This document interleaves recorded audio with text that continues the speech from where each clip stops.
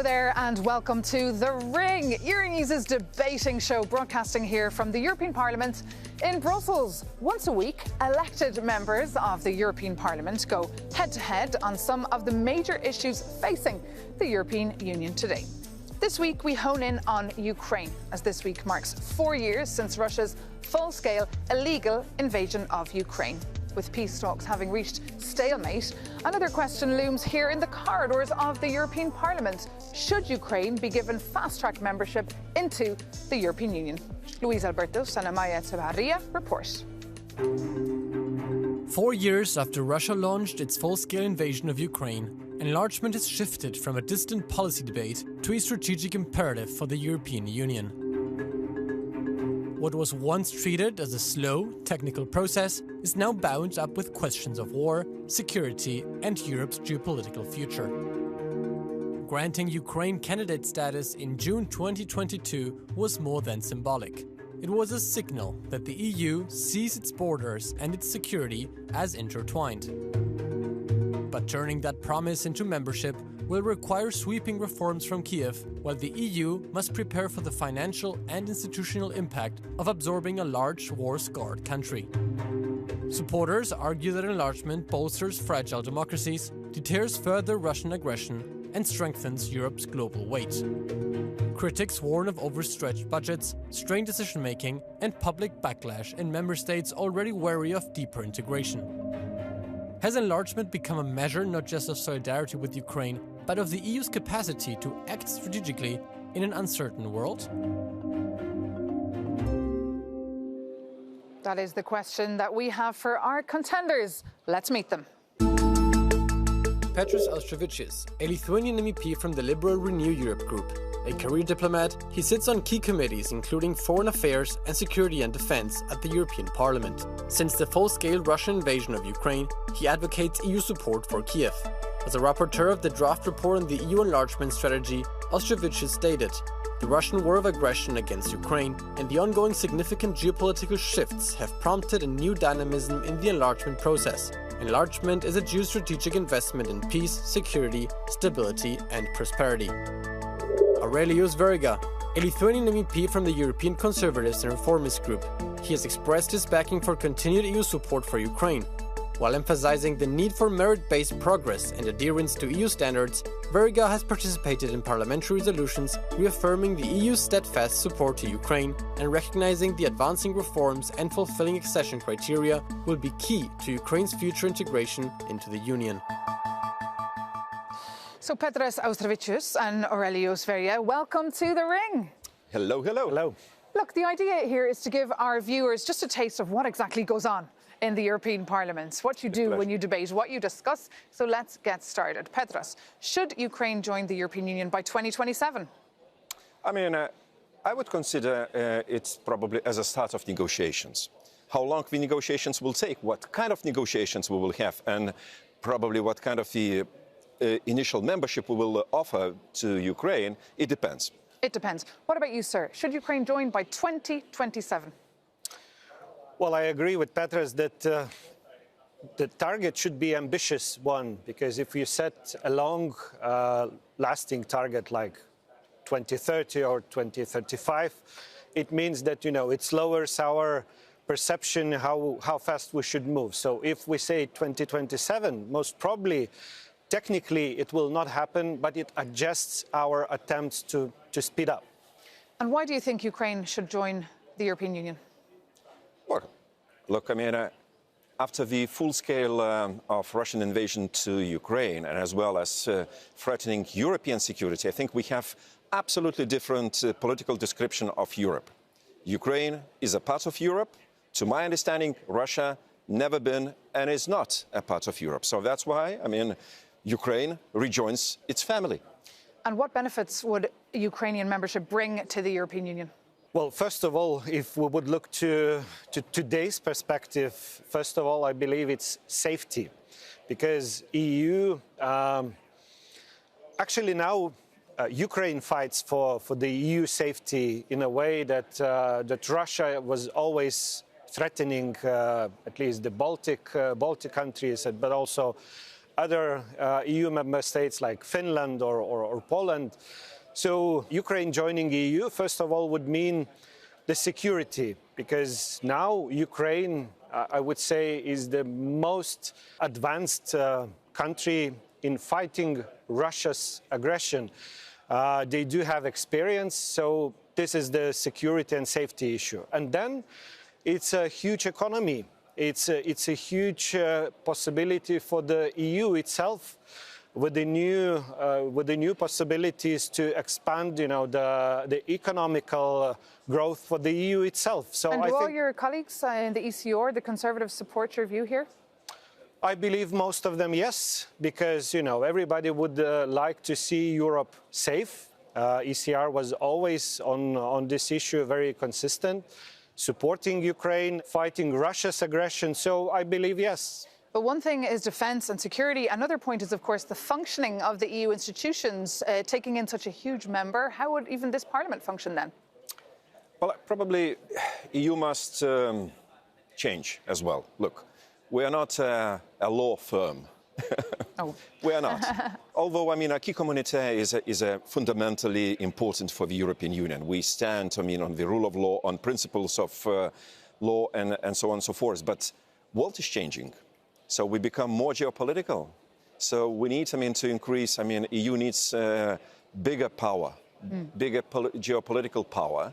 So we need more partners, and probably partners like Ukraine might change the European Union as well for much better. Not just Ukraine itself will be reforming and transforming, but the European Union will receive a kind of impetus, a positive impetus for a change, politically, economically, and from the security point of view. And critics are arguing that the Commission is trying to power grab a little bit of that power. What would you say to that? The world has changed a lot, not just because of war in Ukraine, but geopolitics, if we see the broader picture, is evolving very rapidly. So I believe that we are, as a politicians, elected to react to the new reality and to adjust politics to the new reality. React and adjust fast. And adjust fast and adjust in a way to reflect the new realities. So how do these adjustments look? Are we talking here about actual radical reform of the institutions before we enlarge? I believe it could go in a parallel, happening the same time, because, we should not confront the two things, because my fear then it would be that, some more conservative member states could use that as an argument against, faster accession. So I believe we should find a balance in this way, going two ways at the same time. But that's already happening, right? I still see the European Union as a bit of sleepy giant. We have to wake up ourselves, all right? This next enlargement, which will be definitely different from the previous ones. All previous ones. It's a chance for EU to transform itself. So that's why I would call this process of internal reforms and enlargement like a two-way street, same time. We shouldn't waste any time given now, and transform ourselves and at the same time to enlarge. And can we afford this enlargement? There's big talks coming up in the next few years as well over the budget. I think the budget is an important issue, but again, we are more than a budget line. The budget of the European Union in future will be different. I hope revenues side will be different, so we have to reform revenue sides of the... But will we be able to afford Ukraine, which will be a net recipient for the first couple of years? Ukraine is broke. The 90 billion euro loan is frozen this week because of politics. Exactly, but as I said before, incoming enlargement will be different. Listening to the Ukrainian politicians, they already kind of sent a message that we don't need much of the support for agriculture. And probably it's a good chance. Probably seeing this enlargement towards Ukraine, Western Balkans, it's a chance to reform some policies lines of the European Union. Do you share that optimism that this time it will be different? If this will not be different, I I have a fear that we will lose. Exactly, the Ukraine will not become a member. Sure. Because your question is right to the point. Ukraine is one of the biggest, let's say, the new possible member states. And if we would follow the same logic with the cohesion, with the agricultural, most probably this will not happen. But at the same time, we should be, I would say, more flexible when we look also to other areas. And there could be also a disagreement between different political perspectives where this flexibility could happen. One is the money, another could be, I don't know, the legal systems or other things, because we understand Ukraine now is in the war. Some territories most probably will be lost, at least for some period of time. So there will be a lot of questions. And many of our viewers would argue that you cannot allow a country at war into the European Union. It will change. I believe Ukraine in the final end will be a winner in this against the Russian aggression. So but the war is not ending anytime soon, and Ukrainians know that. We saw that this week. We saw it on their faces. We have time. Let's be patient. Let's be prudent in this regard, not to make any hectic decisions or conditionalities imposed. Let's take time. See more distant future. Okay, let me stop you there, gentlemen, as we're just getting warmed up here on the ring. So now it's time for our viewers to get a real taste, as I said, of European Parliament chamber debates, where MEPs tend to fire hard questions at each other. That means it's time for you to directly challenge each other. Mr. Veryga, we can start with you, with your first question. Okay, so first question from my side would be, what, considering the overall context of today's geopolitics, could be considered as a victory for Ukraine? What means victory? We have pronounced many good promises towards Ukraine. We said, Ukraine is a part of Europe and so on and so forth. Now we have to deliver. We have to prove our words by deeds, by actions. So that's why we have to open accession negotiations as soon as possible, delivering in this regard towards Ukraine. And I believe everybody, all around understand that this is a dynamic process, will be negotiations, meetings, adjustments, and so on and so forth. But let's start moving, the sooner the better. Let's start moving, the sooner the better. But if I may, the 90 billion euros is frozen, the loan. What are the other options on the table? It's a disaster. I would call it absolutely, dead end, for decision-making in the European Union. If I'm correct, those 24 member states which backed the 90 billion loan, they've been told that, will be no unanimity needed, to vote on this issue. So now Orban came out just out of the blue asking for unanimity vote. What is wrong with our decision-making? I believe Orban really must be in the court, for this threatening and this blackmailing operation. And unfortunately, we don't have a colleague of Viktor Orban on the show today. We did invite them, but unfortunately, they were not available. Time for you now to address your first question. All right. So, Aurelijus, given your political group's political, let's say, image, which criteria, political or economic, should be most decisive to deciding upon membership of Ukraine or any new member state? Well, good question. I believe they are not separable, because, the economic criteria always comes from some political perspectives. We do have different beliefs.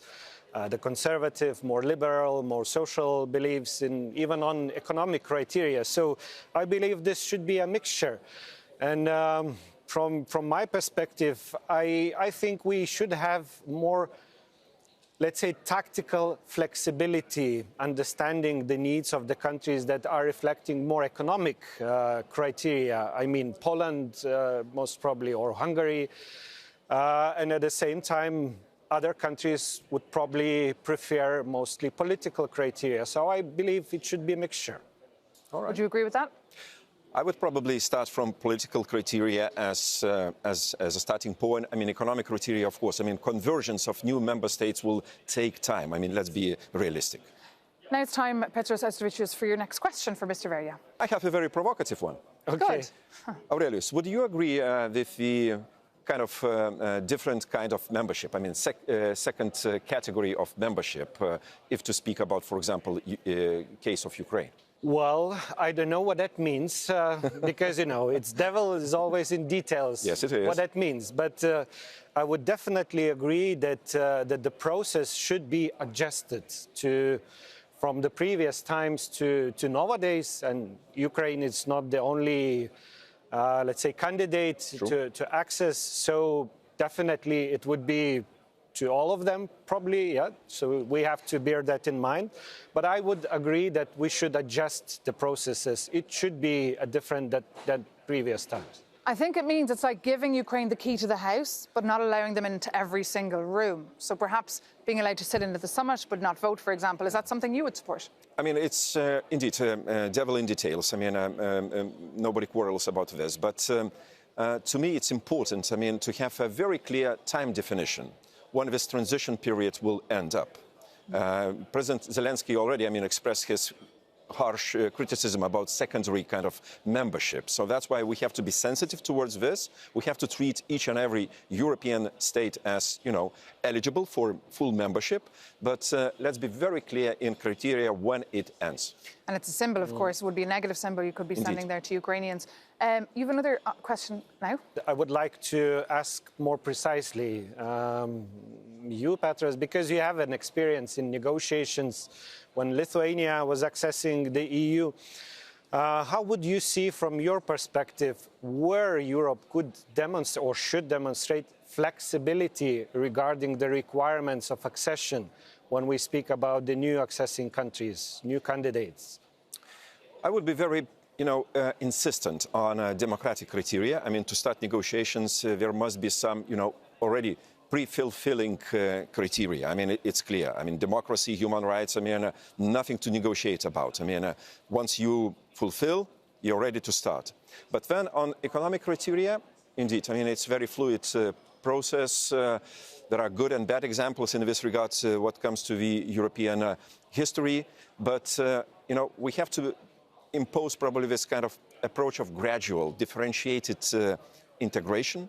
So letting, for example, Ukraine or other candidate countries into the single market, certain parts of the single market, once they, ready, I mean, to compete on a single market, not harming the single market by kind of destruction factors. So here I am more flexible. On economic criteria, I think it will be more lengthy, time-wise, and probably more in details if it takes. Well, look, we have heard the first views of our MEPs. It is time now to bring in a new voice. I'd like to bring in the voice of President Volodymyr Zelensky. Speaking alongside the Commission President Ursula von der Leyen in Kyiv this week, he said this regarding EU membership. It is important to receive a clear date for joining the European Union. If there is no date, if there is no such guarantee, Russia will find a way to block Ukraine for decades by dividing Europe. We must protect ourselves from this. So, of course, when it comes to a timeline, both of you earlier, when I proposed the idea of 2027, you basically said that's not possible. So what date would you like to propose? I would say 2030 could be a realistic scenario for Ukraine to join. Same question to you? I think what President Zelensky tries to convey to us, I mean, he needs our commitment to start negotiations. Once you start negotiations, will be the end. So, I mean, the more committed both sides are, the more, kind of efficient negotiations process is about. And believe me, we will have absolutely new accession strategy. And we heard this week as well, alongside President Zelensky, we heard also Ursula von der Leyen said she couldn't put a date on it, which we saw a very upset-looking President Zelensky. Look, it is time to take a very short break here on The Ring, but do stay with us. We'll be back very soon with some more Political Punch.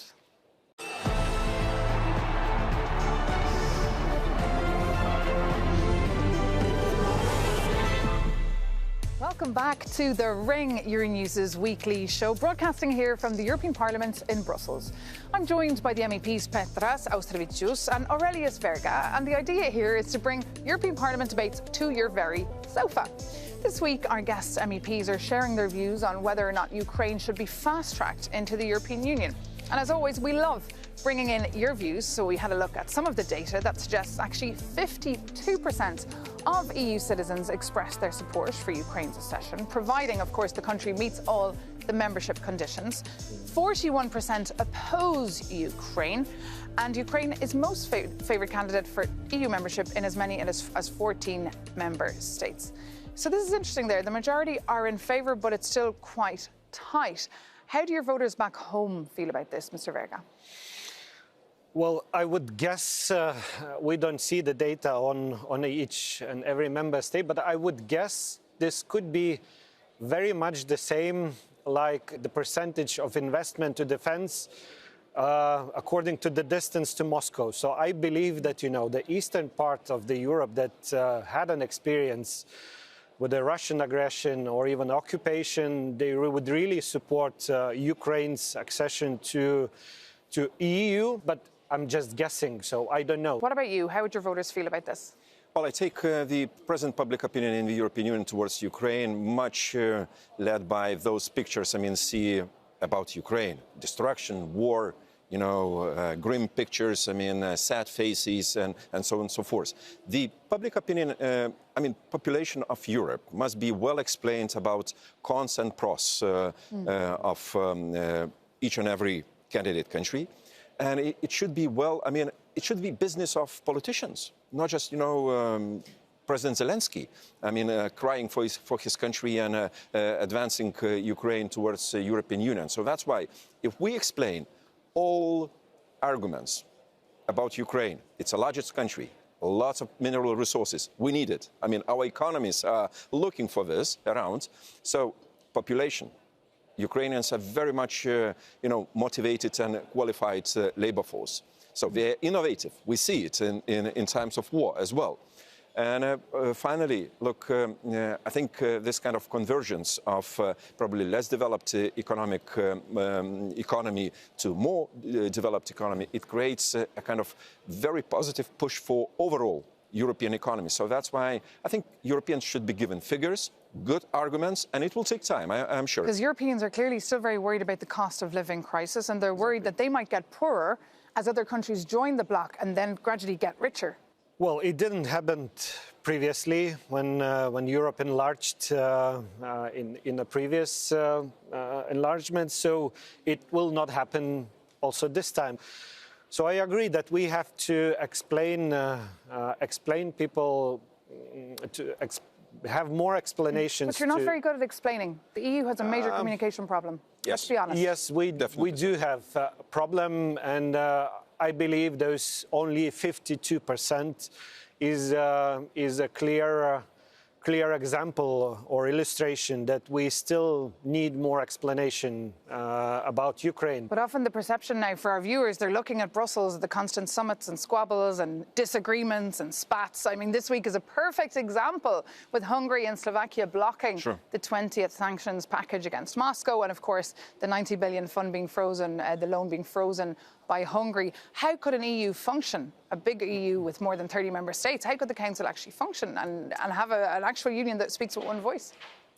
Well, firstly, we're really still led by cliché. A lot of cliché. You remember probably after the Big Bang enlargement, the Polish plumber. That was a kind of the perception in France. But the Polish plumber didn't destroy sanitation system in France, okay? But definitely, coming to this bigger issue, we have to decide upon ourselves. This is a very serious strategic issue. It's not a daily issue.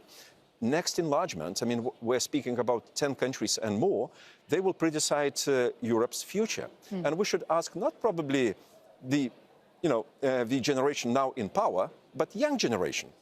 Okay, let's ask young people what kind of Europe, what kind of cooperation they want to have with those countries joining the European Union. And we will get more optimism. Well, please write to us, thering@euronews.com. That is our email address. We love hearing your views. And you mentioned there, Petras, the Polish plumber. Very wealthy Polish plumbers now heading back to Poland to work on their booming economy. But now it isn't time to move on to our fifth and final round. Are you ready? Yes, we are. Yes.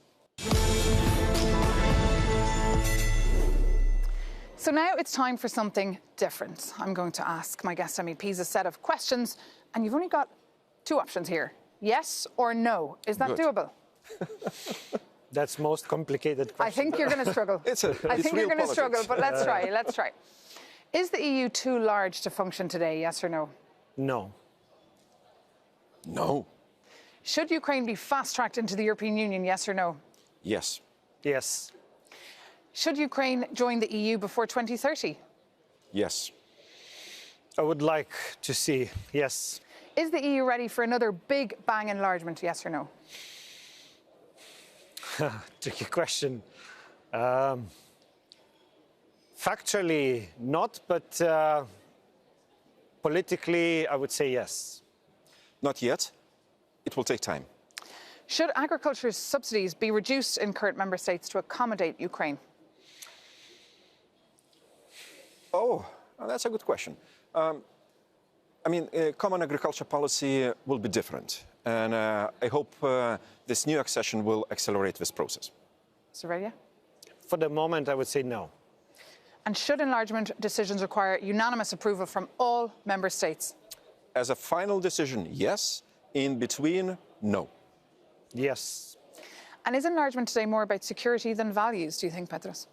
Both. I mean, security, it's about values, values about security. Yeah, the same. And is the future of the European Union bright, yes or no? Absolutely so, because we are here. Yes, definitely yes. So we have a Conservative and a Liberal both agreeing on a lot of topics. You see? Why don't you join the same party? We are from Lithuania. We don't need to join the same party. It's hard to find disagreement about Ukraine in Lithuania. I can tell you, we fight like cats home. But here in Brussels, in the European Parliament, when it comes to strategic decisions, we join forces. It's all about finding compromise, gentlemen. Thank you. Thank you so much. That answer does bring this edition of The Ring to an end. Thank you so much to Petras Auštrevičius and Aurelijus Veryga. It's been great hearing your views. And of course, you can join us anytime by writing to us as well at thering@euronews.com. But thank you so much for tuning in. Take care and see you soon here on Euronews.